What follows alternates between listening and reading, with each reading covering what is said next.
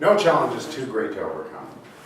She doesn't need to stay. Now, we've all heard that, we've all faced challenges and overcome them. So we tend to believe that challenges can be overcome, but what about a lifetime of one challenge after another? Where would that leave you? This is a true story about my son. I know. They say that if you remember the 70s, you really weren't there. Oh, that's what happened. There is some truth to that. I do have many memories of the 70s. I'm not sure that they're all accurate. But I did have a relationship with a lady in 1972. We were together 9 months. The last 3 months she was pregnant with my son. And then she disappeared. I didn't see her again for some time.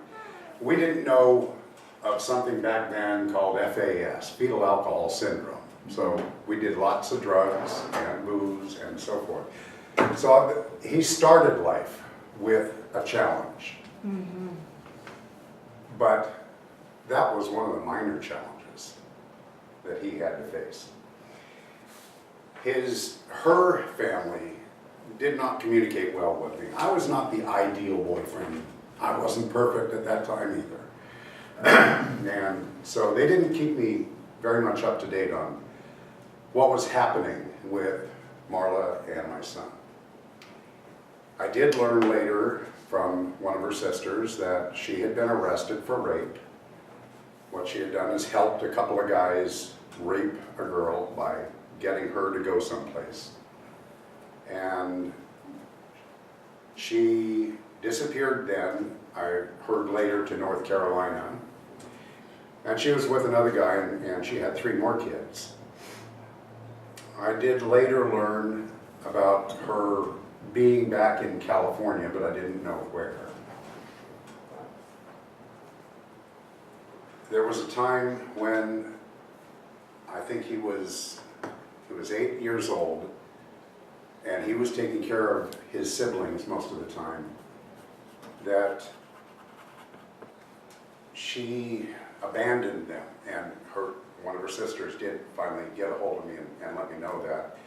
Up in Lake Shasta, she put them in a tent and had been gone for a week. It was up to my son Mike to forage and do whatever he could to help his siblings eat.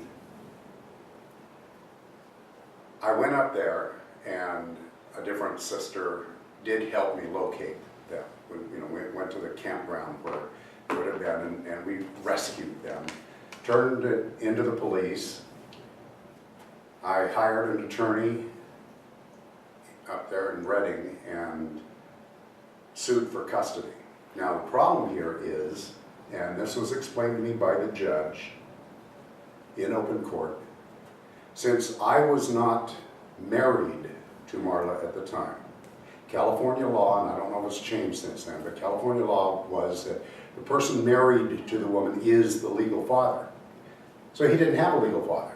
When he was born, she was not married.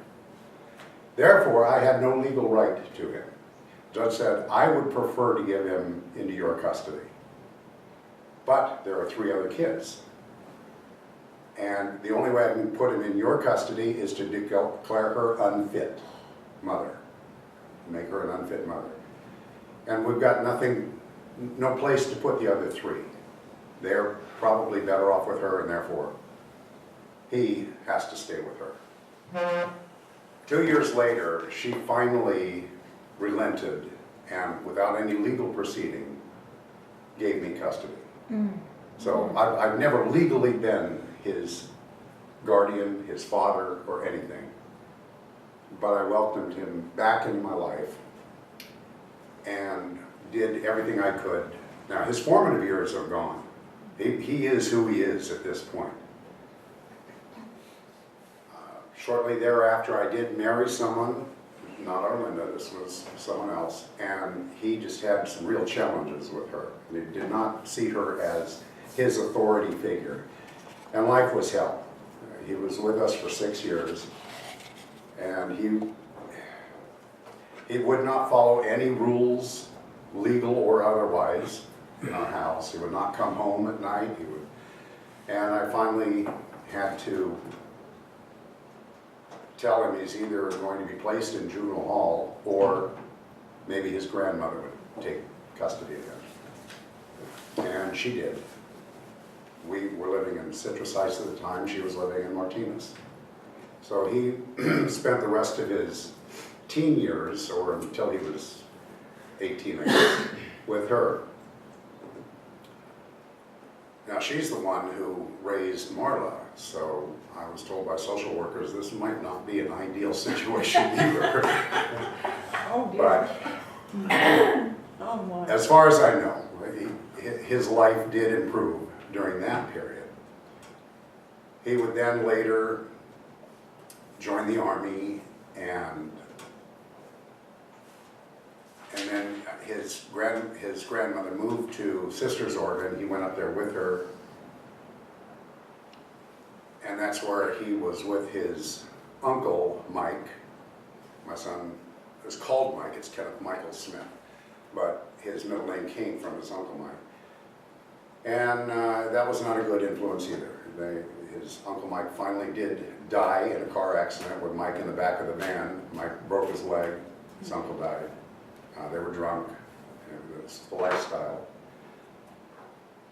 I'm sorry, then he went into the service. The Army did not like the fact that he didn't think he should do anything they wanted him to do. Go figure.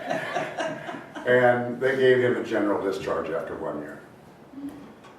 But he did come through Stockton, met with us on his way to New Orleans. He found a little girl in New Orleans.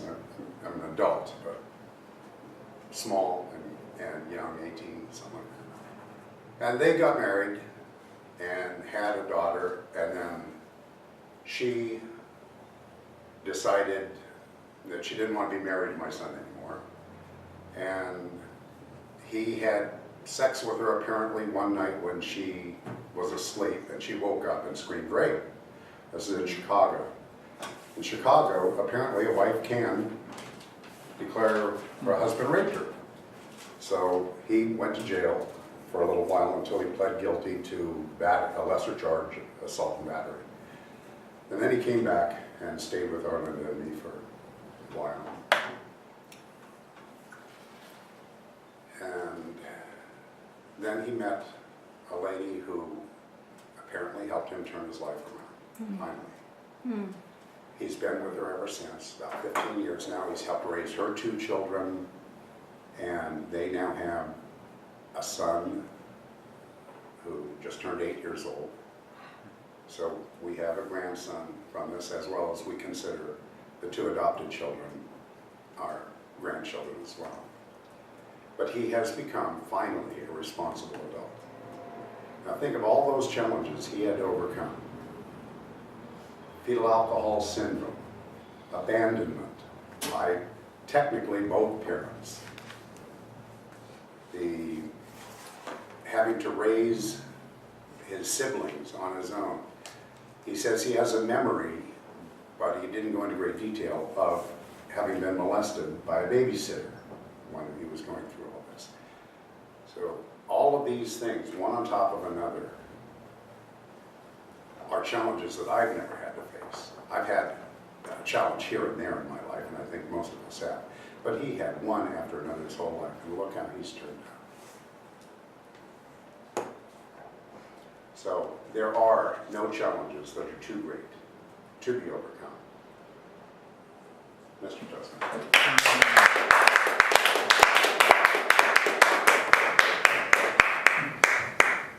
Wow, thank you very much, Ken. Please spend a silent minute writing your comments and passing them over to our vote counter.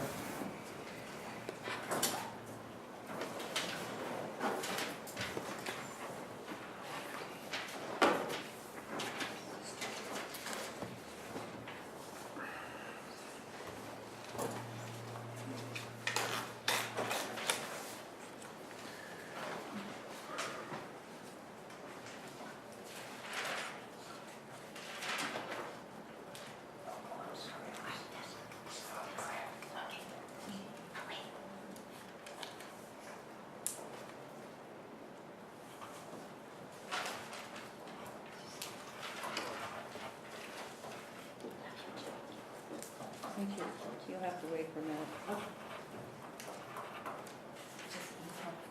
I know.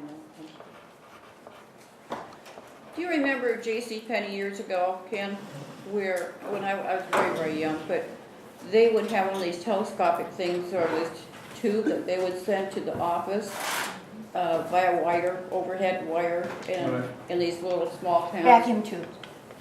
Oh, Yeah, right. yeah, a long time ago. That was maybe, Person? two. May I have a timekeeper's report, please? You wanna give- And if you haven't cast your ballots, please cast your ballots for best speaker.